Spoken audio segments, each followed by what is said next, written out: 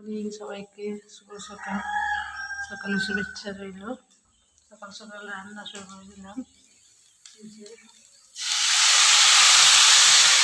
রান্না বসিয়ে দিলাম, কর্ম শুরু হয়ে যাবে, তাই সময়ের সঙ্গে সঙ্গে কাজ করতে হবে।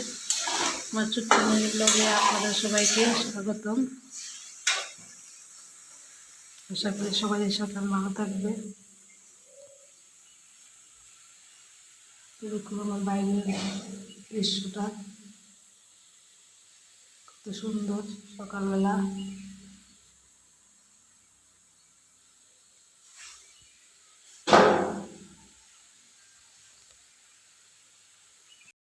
সকাল সকাল দেখুন ফুলগুলি দেখতে কত সুন্দর না, সাদা একদম চকচকে। এগুলোকে আমরা টগর ফুল বলি, আপনারা কি ফুল বললেন একটু জানাবেন।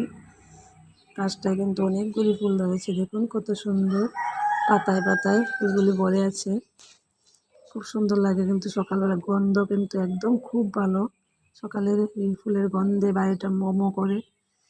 দেখুন গাছটা কিন্তু বড়ই হয়েছে, এই যে কলি, খুব সুন্দর লাগে।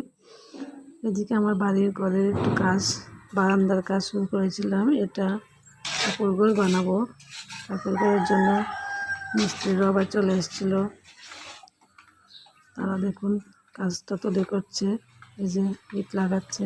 বৃষ্টিও হয়েছে, বৃষ্টির জন্য বারান্দায় জল জমে আছে, নিয়ে আসছে। দেখুন বৃষ্টিগুলোতে কাজ করতে হয়, কর্ম ছাড়া তো কারোর জীবনে চলবে না। তাহলে আবার একটু যেগুলিকে আপনারা কি বলেন, মকাই নাকি, আমরা মকাই বলি, মুগ দানাও বলি। এগুলি খেতে কিন্তু দারুণ লাগে না। এদিকে সবগুলি তো রান্না করিনি একসাথে, প্রথমে কয়েকটা করলাম। এদিকে দেখুন ফুলের মতো চুলিয়ে নিলাম, কত সুন্দর লাগছে। সিদ্ধ করে নিলাম সকাল সকাল। এদিকে আবার মসুর ডাল দিয়ে, সজনের ডাঁটা দিয়ে তরকারি করে নিলাম। আবার এদিকে অল্প বক ফুলের বড়া বানিয়ে নিয়েছিলাম, অল্প বক ফুলের আবার ভর্ত করে নিলাম। এদিকে আবার অল্প ডিমের তরকারি রান্না করলাম। খেতে কিন্তু দারুণ হয়েছিল। আজকে সিম্পল রান্না, তারপরে খেতে সাধারণ লাগছে, অসাধারণই হয়েছিল। তাই এই ছোট্ট মিনি ব্লগে আপনাদেরকে সবাইকে স্বাগতম হইল। এতক্ষণ ধরে ব্লগটা দেখার জন্য আপনাদের অনেক ধন্যবাদ।